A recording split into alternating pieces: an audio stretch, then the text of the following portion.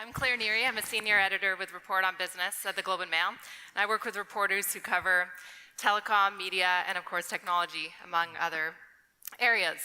Today in our panel, we're going to be focusing on how to get more women through the door. And we're lucky to have with us some leaders from some of Canada's fastest growing technology companies, leader of the Canadian arm of an American banking stalwart, and an academic expert on gender and inclusive leadership, to keep us all honest. So I'm going to start by introducing our panel. We have a last-minute substitution. This is not Dave Dwyer from Shopify. Thank you very much for being here. This is Danny Guillory, Head of Global Diversity Inclusion at Autodesk. I'm going to ask each panel member to just take a quick minute to let us know what your role is at your organization, how big it is, what the organization does, and then we'll get right to it. Sure. Danny, thank you. Sure. So I'm the head of Global Diversity and Inclusion at Autodesk. We're a 9,000-person company doing business in about 47 different countries, and we have a pretty significant office here at the Mars facility in Toronto, which is why I spend a fair amount of time here. In terms of getting women through the door, there are really a couple things that we've been doing. And the first thing I think is that when you do this work, you have to be deliberate about it to begin with, because you're breaking a system. A lot of times people think I can build something and do some unconscious bias training and then they will come.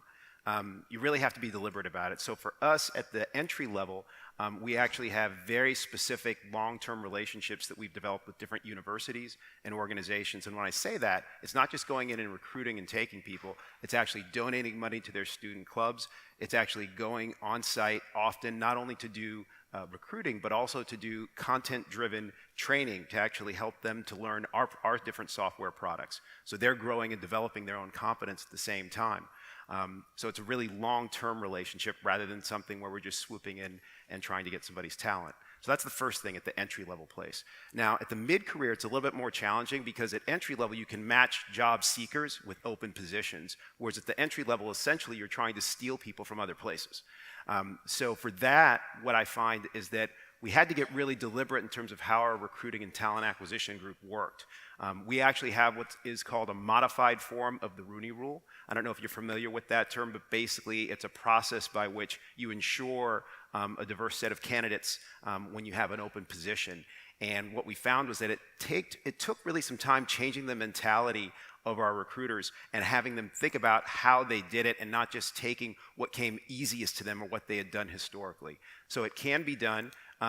It just has to be thoughtful and deliberate. And the way we measure it, I know you had asked me about measurement before, is we actually track quarter by quarter how many people we're hiring on all different categories. So whether that's around race, ethnicity, or gender, we track that on a quarterly basis and see how we're doing and are looking for trends that are improving across those different metrics. Thanks, Danny. Yeah. So we're going to move along with the introductions and get deeper into some of the issue you raised a little bit after. So next is Alan Lau, CEO of Wattpad. Hi, my name is Alan Lau, CEO and co-founder of Wattpad. Wattpad is a global entertainment company with 70 million monthly users. We have an app that lets people discover and share stories from science fiction to romance and everything in between. And then we leverage the data and build an audience to turn the best stories into movies, TV shows, and print books and other formats. So Wattpad is kind of interesting and unique in the tech space because we are actually a majority female company, 56% to be exact. Our leadership, thank you. Our leadership team, 41% female members, and almost 100% of our product managers are female. Why I say almost 100%? Because it was 100%. We just hired a male guy last month. Thanks, Alan. Next, we have Jennifer Jackson, Capital One Canada.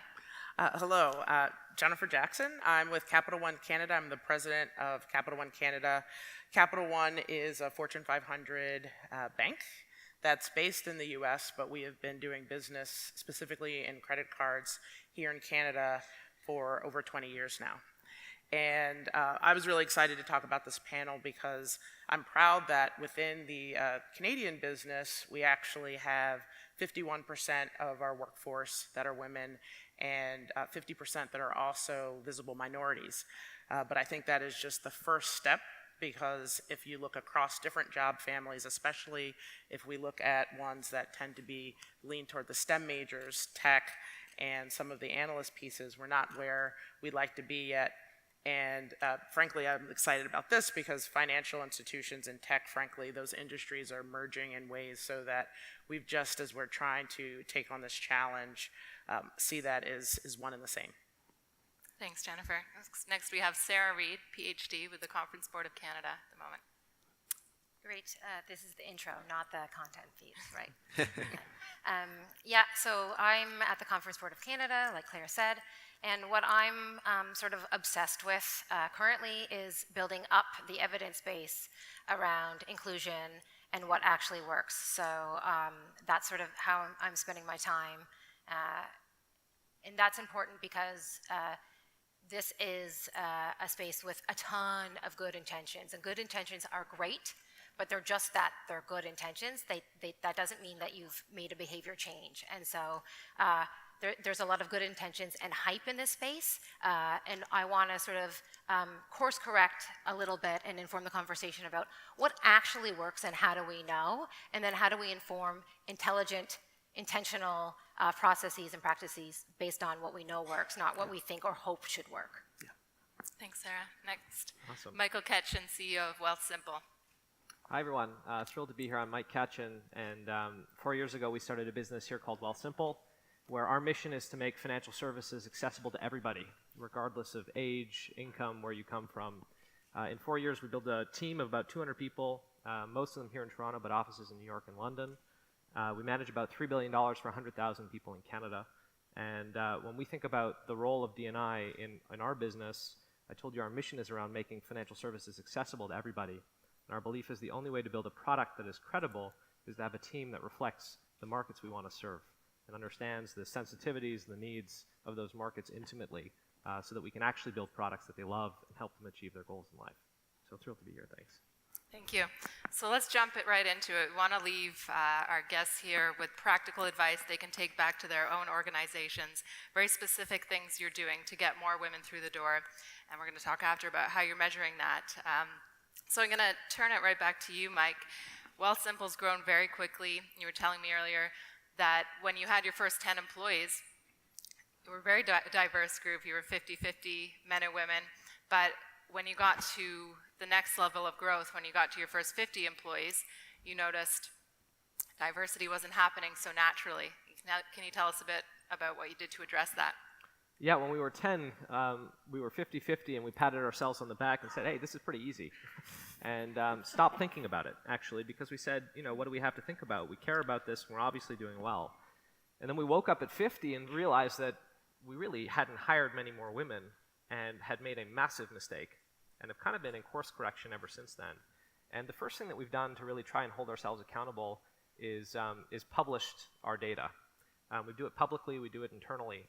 And you know, we feel that by doing that on a regular and annual basis, we hold ourselves accountable to our team and to the public about our true commitment to this issue, that it's not something we like to talk about and you know, pay verbal tribute to, but make inclusive action on. So like you were saying, we were at 10, we were 50-50. At 100 about a year ago, we were at 29-61, just to give you a sense of 71, just to give you a sense of how far the pendulum's swung.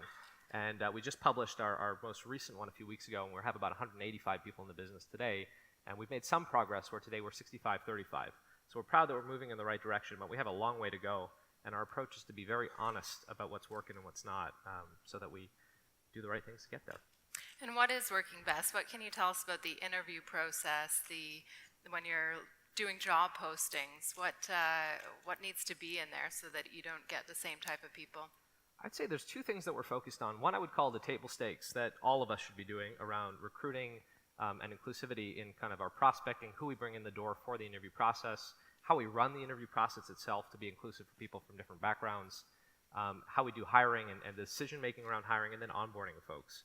You know, and I think that's been a real focus for us. We have a few folks from our team here today that have really championed that at Wealthsimple. I'd say the second category that I'm really excited about, I would say, is a little unique, and that's in addition to publishing the data about what our team looks like from a diversity perspective, we've actually started publishing data on what our clients look like. And what's actually shocking, is that our clients aren't very diverse either. About a third of our clients are women today, which reflects a big issue in our industry of an investment gap. Most women are not investing at the same rates of men, which compounds the issue that many of us know about in terms of the pay gap and resulting in major differences of where people end up long term with respect to their financial goals. And so we've actually started to try to build a product now that is more inclusive so that we can start bringing in more and more diverse communities to be users of our product, because we find the best employees are happy clients that believe in what we're doing and want to extend that. That's actually something we learned from Alan, where I think most of your users around the world are women. And as a result, you see a lot of your product managers come in because they love the product. And we're trying to take a very similar approach of how do we ensure we're building a product that is inclusive as a front door, for the long term, that brings in a more diverse candidate pool that is excited to build Wealthsimple together. Thank you. I'd like to ask Jennifer the same question. You already shared with us some of the numbers that Capital One has in Canada, a pretty good gender balance there. How have you accomplished that? So I think that some just had to do with how we thought about recruiting, and I'll be honest, I think some was a little luck in terms of the different varieties of job roles and families that we have in our organization. I think the areas that we've been focused on is how do we improve them in the tech and analyst portions, and also, most importantly, in the leadership roles that are across the institution. And so the way we've done that were, as mentioned, some of the things that kind of are table stakes too, which is everyone that is interviewing, because we actually have a pretty rigorous and multifaceted process, does go through unconscious bias training. We do make sure the slate of interviewers is actually diverse as well, so that frankly we can have awareness as much as possible, but I don't believe we can fully break through institutional type barriers, but just having the different types of people look at who we're bringing in has been an important shift that we've made, and also just where we're targeting is different, so that instead of just the same types of universities when we're doing campus recruiting or the same types of profiles, we've expanded the profiles we look at, even sometimes reaching out to people proactively who wouldn't necessarily think that they were qualified or had the experience for a certain role. But we know that the competencies and frankly the breadth of experiences, along with just kind of talent and drive, can help us train them up for what they need to do, even not just at the junior levels, but even at the senior levels.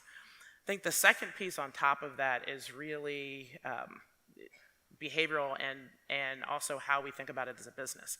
I consider it a business imperative that we've got representation, and we then couple that with an inclusive environment that helps us not only attract but retain the talent.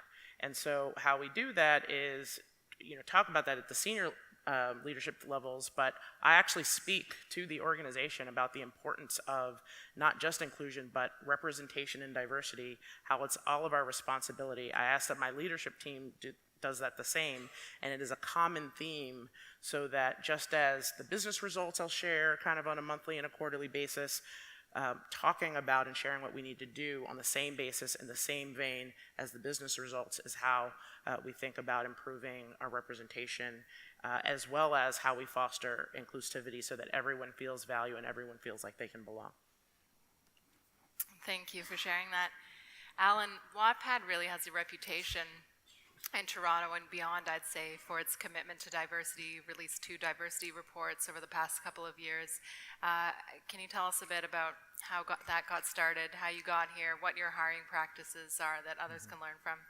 Yeah, the aha moment for me was more like 7, 8 years ago, when we realized most of our users are female, and then I talked to myself, I'm not sure a room full of male guys would make the right decisions for our users. So that's the aha moment, and then we made a conscious decision to make sure the company is more diverse and inclusive. So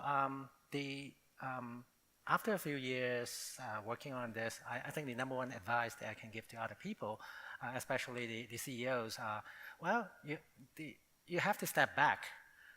It's a very, very important issue, but if you don't learn and listen from people in the company with a more diverse background, if it's top down, it's not going to work. You have to learn from your staff. That's my number one advice. So the numbers, they don't tell the whole story. We have to work on the entire funnel from recruitment, from first day on board to engagement in the company for all the employees. So for example, you talk about unconscious bias.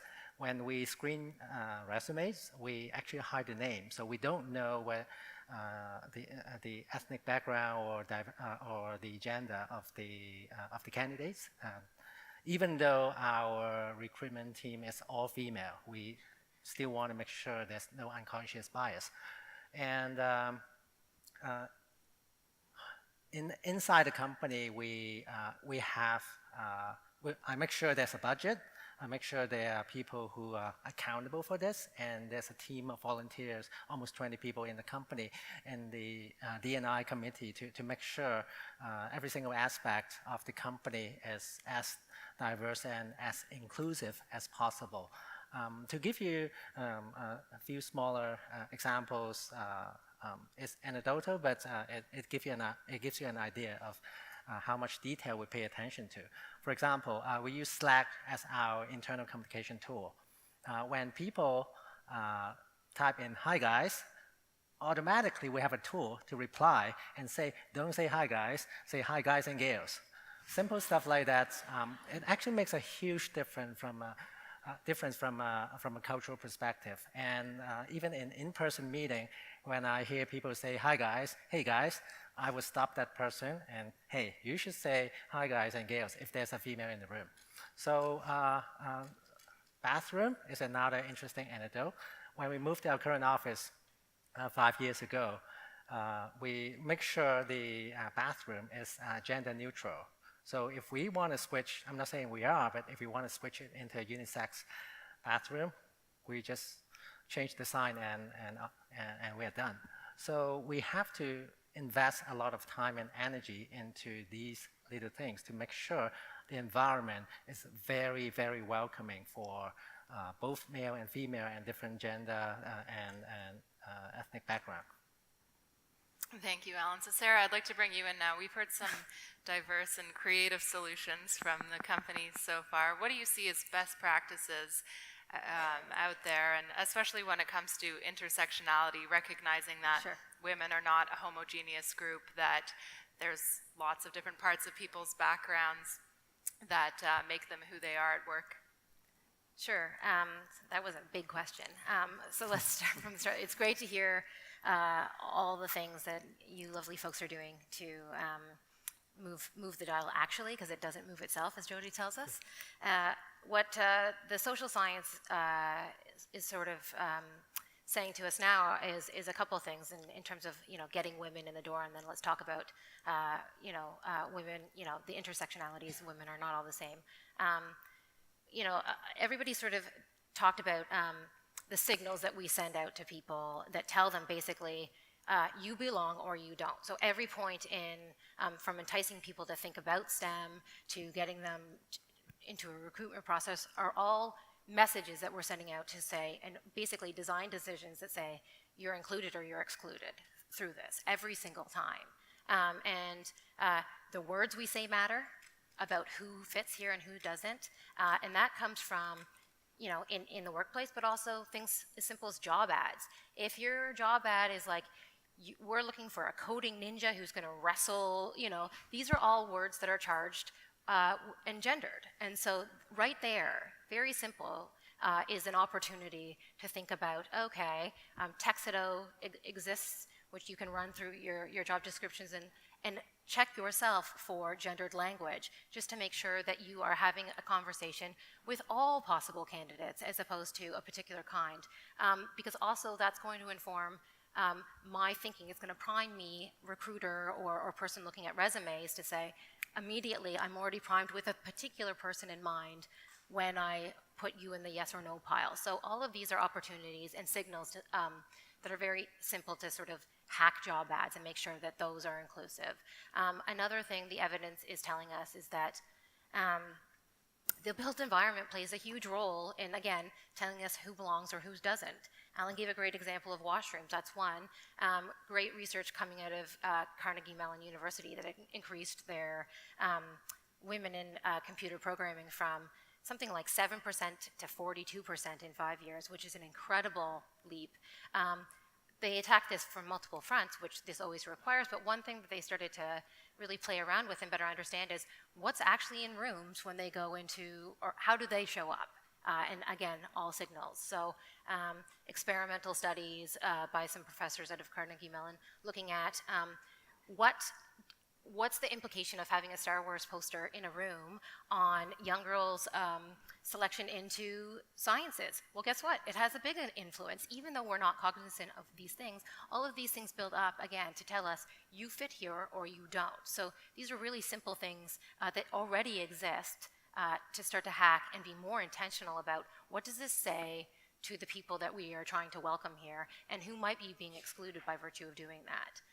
So it's really, really interesting and encouraging to sort of think about this. But the broader point there is that I think for so long, and again, good intentions, we're trying to think about how to fix the broken people, how to make us more aware. And absolutely, do we need to be more aware and accountable for knowing and being cognizant?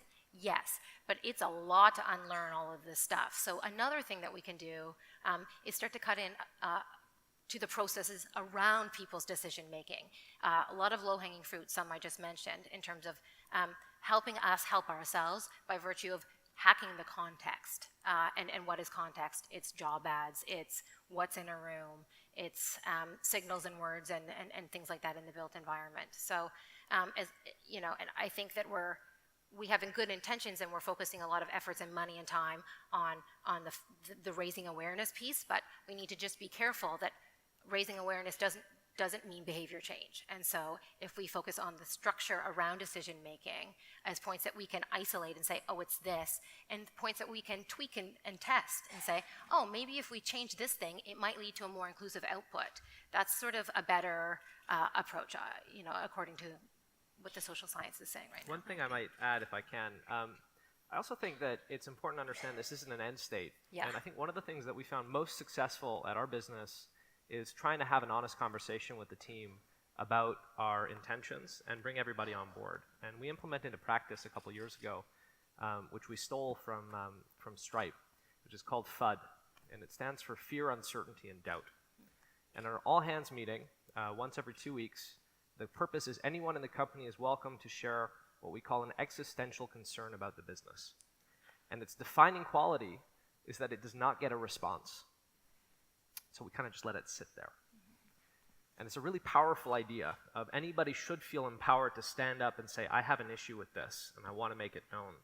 And we've introduced it on Slack, and it's become an incredibly effective channel to engage in this conversation, because we know even if we do all these things and all these ideas we have up here, we're still going to miss out on a ton of great ideas and a ton of really important things, because you can't know everything up front. And so finding mechanisms to have honest dialogue with the team on an ongoing basis about this issue is something we found to be quite useful and quite practical. Right, it's not just about bringing people through the door, it's about retention and how to keep them happy and once they're there. So unfortunately, we're already coming to the end of our time, so I want to give everybody one final chance to leave the audience with any final advice or sort of aha moments you think others can learn from. Danny, we'll go back to you. Sure. One thing that I think we've focused a lot on the environment and what we as companies can do and need to do.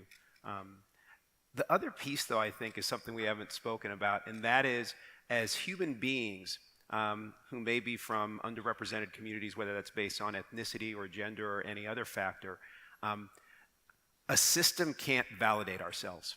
Okay? I think there's a part of us that will need to own our own validation and how we come into the systems. There's a saying that Martin Luther King Jr. had, and he said in one of his speeches, you can't ride someone's back unless their back is bent. And that's really powerful and something that I've never forgotten. And I think that's a piece of the work that we as individuals will have to do in the positions that we're in some cases. Thank you. Alan, let's go back to you. step back as a CEO and founder, step back and learn and listen from your staff.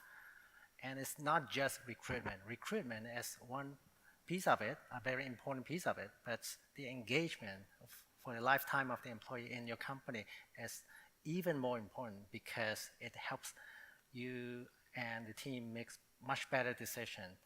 And also, finally, pay attention to all the details. It's not just the big strategy, it's not just having a budget, but put together some actionable items so that the environment can be improved, the culture can be more inclusive.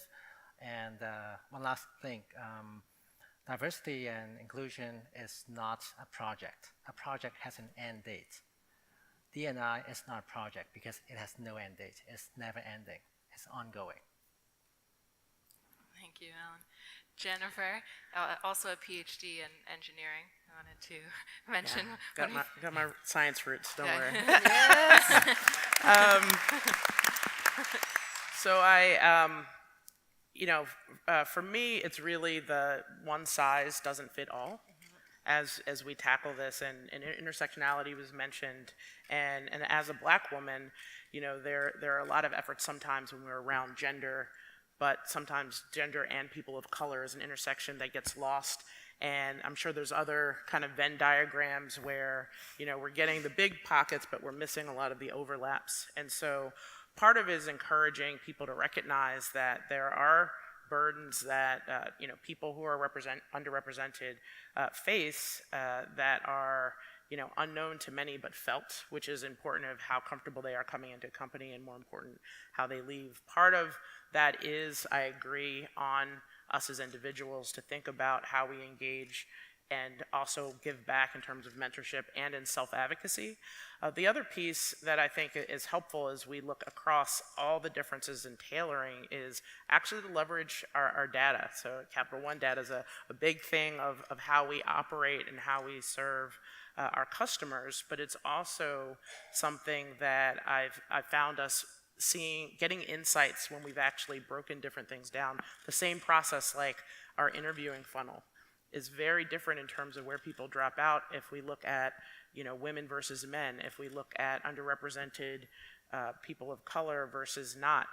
And so what we've done in some cases is actually to break up some of the external and internal, both D&I and recruiting, for example, to focus on some of the subgroups and not just the aggregate, where we're actually in the averages losing the power of touching individuals. And so that's one thing I'd encourage everyone to do on their own, is actually to look at your own data, because that doesn't just change group to group, it also changes company to company.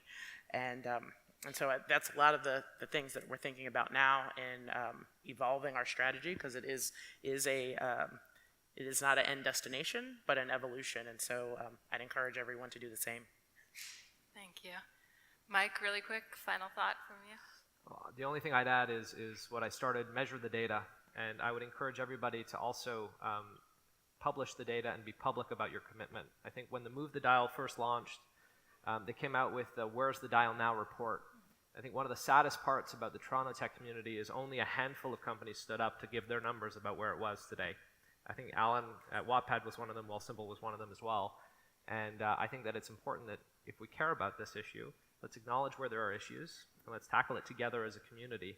And let's not be afraid to share the data of how we're doing against it, because that's the only way we'll know if we're all making progress together. All right, thanks, Mike. Sarah, final word goes to you.